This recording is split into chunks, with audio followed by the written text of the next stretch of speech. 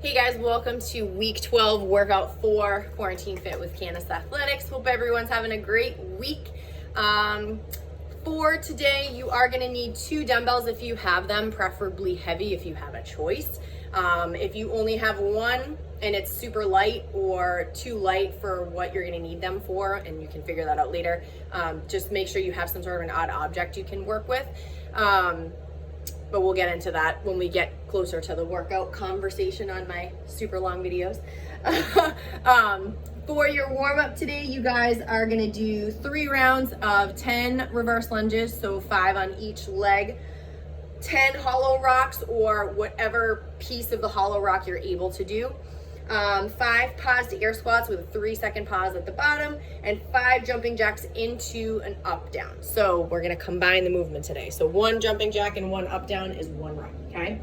So for your reverse lunges, we're always moving forward, but today we're gonna move back. So we just wanna make sure that we come down on that back leg, knee is on the floor, knee is not tracking over the toe on the front leg, stand up, other side, okay? So we're gonna alternate till we get to 10. Our hollow rocks, you want to be in that hollow body position, okay?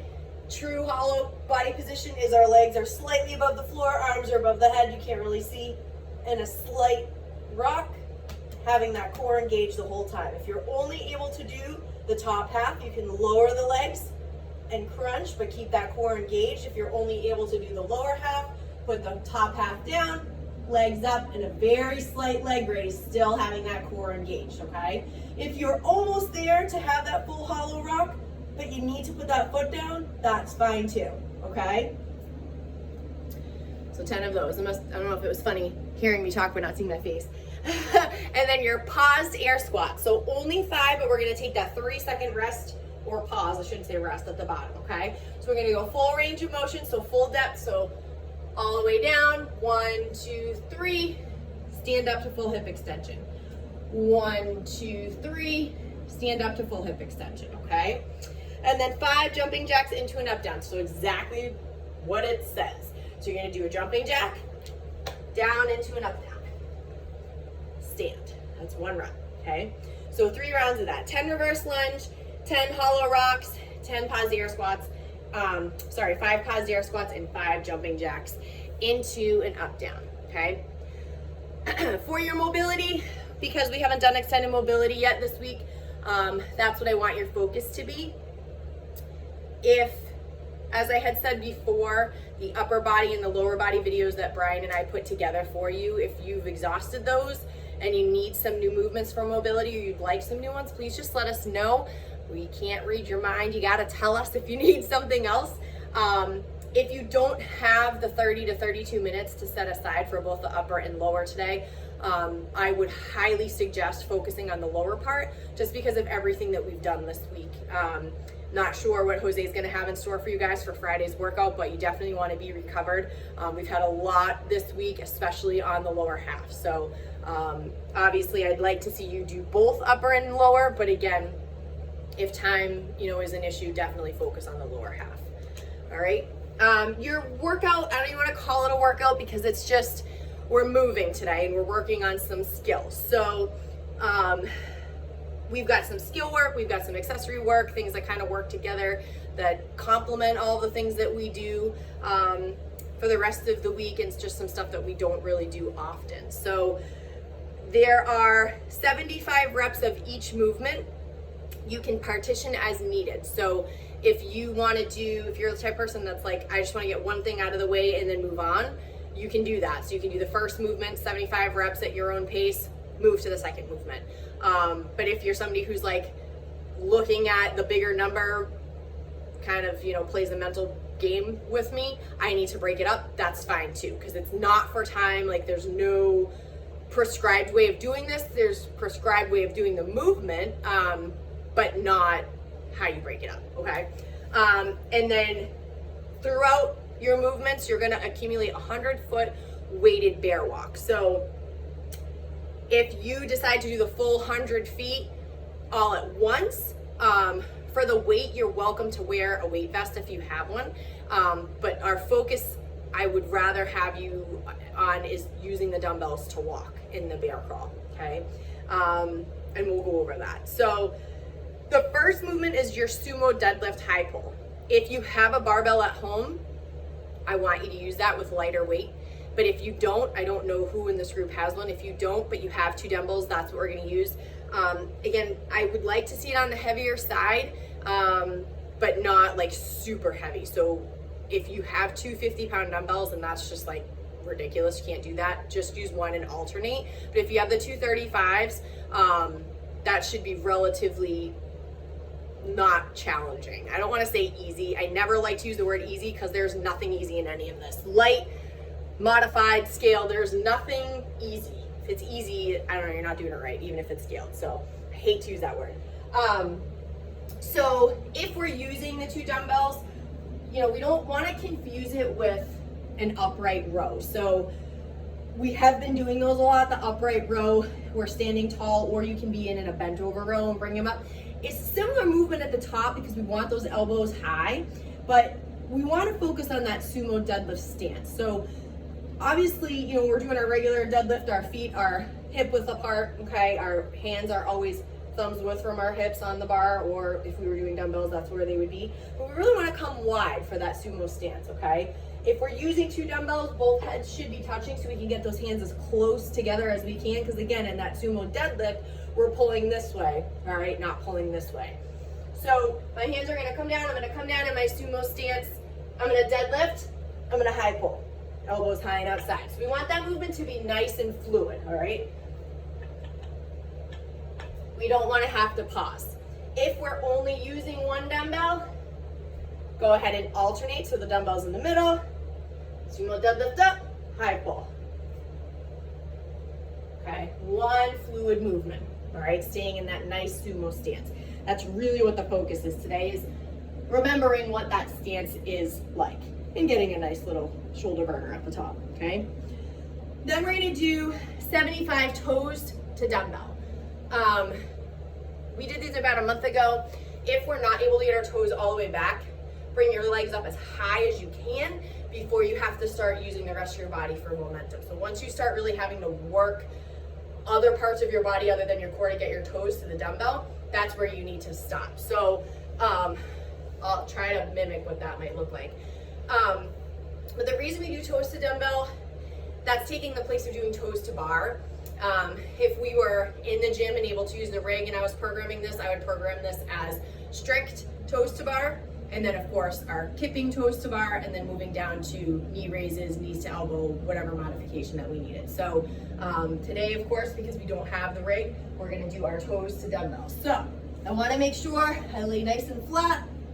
I gotta find my dumbbell with my hands, okay? And I'm gonna use my core, only my core, and just my hands on the dumbbell for stability to try to bring my toes all the way back, okay? But I'm only using my core. I am not launching myself off the ground. I'm not pushing myself with my back. If you only get halfway, do that, okay? We just want to make sure our core stays nice and engaged. As soon as you collapse and use something else, you're not even using your core anymore. It's pointless to even continue because you're not working what we're intending to work, okay?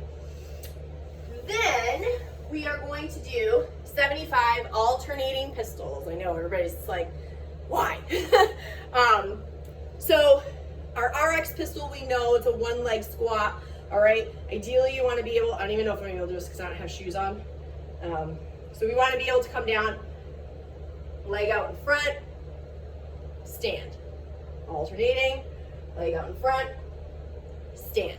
That's our RX pistol. Our RX pistol is still acceptable if we have to grab the toe at the bottom, okay? I don't know if you'll be able to see that.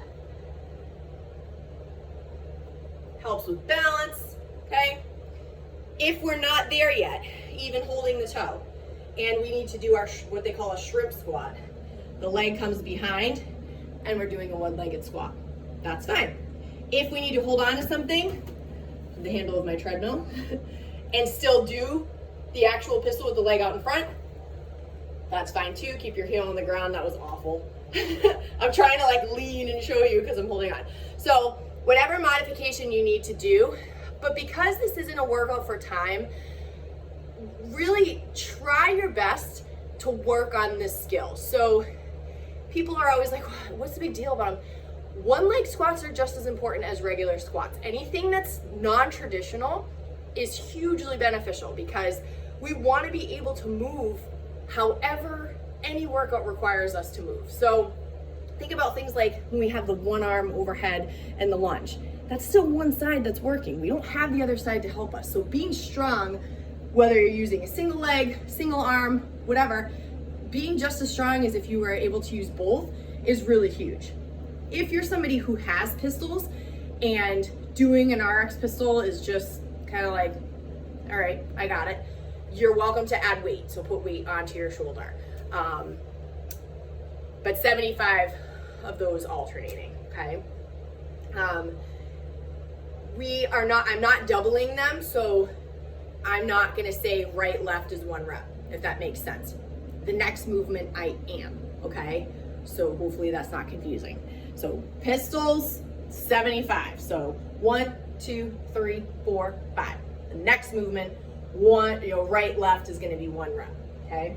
So your next one is gonna be a row to a pike up. So we're gonna utilize our dumbbells again, all right? We're gonna come into that high plank position. I'm gonna row, row, row, pike up, back, row, row, pike up, okay? So right, left is 1, all right? Then with the 100-foot weighted bear crawl, make sure you have space. Remember with your bear crawl, you want your heels as close to the floor as you can. Head really needs to be through.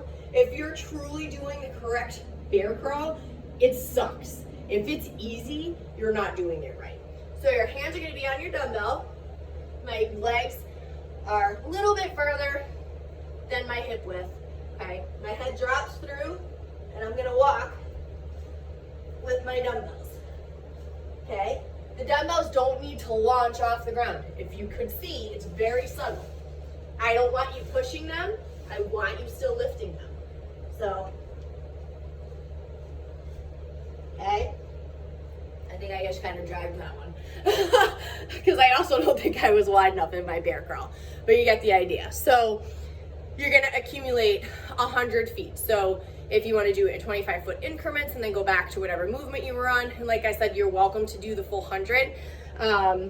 It's just another way to get you stronger and make a relatively, I don't want to say easy, I don't want to use that word again, but a fun, more relaxed movement a little bit more difficult. How's that? So again, this isn't for time. Partition it as you need to. Definitely take the time to work on, that sumo stance.